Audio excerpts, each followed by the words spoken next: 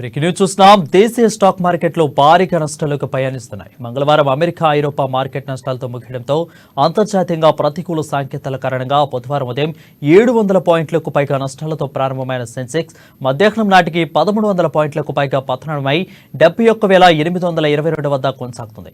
అదేవిధంగా నిఫ్టీ సైతం భారీగా 364 పాయింట్లు పడిపోయి 21,668 వద్ద కొనసాగుతుంది. ముఖ్యంగా బ్యాంకింగ్ రంగంలోని షేర్లకు అమ్మకాలు తలెత్తడంతో బ్యాంకింగ్ నిఫ్టీ 1800 పాయింట్లకు పైగా పడిపోయింది.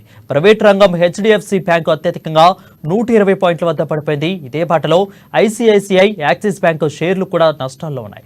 ఐటీ రంగంలోని షేర్లు మాత్రం లాభాల్లో ఉన్నాయి.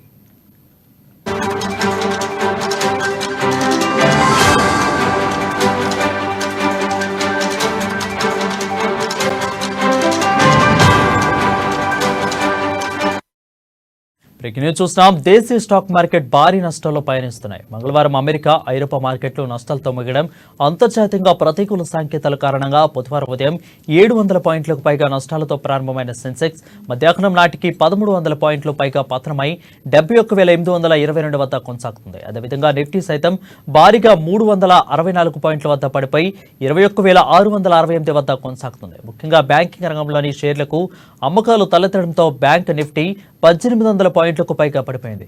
ప్రైవేట్ రంగం సంస్థలైన హెచ్డిఎఫ్సి బ్యాంక్ అత్యధికంగా 120 పాయింట్లు పడిపోయింది. ఇదే బాటలో ఐసిఐసిఐ బ్యాంక్, అదేవిధంగా యాక్సిస్ బ్యాంక్ షేర్లు కూడా నష్టాల్లో ఉన్నాయి. ఐటీ రంగాల్లో షేర్లు మాత్రం తటస్థంగా లాభాల్లో ఉన్నాయి.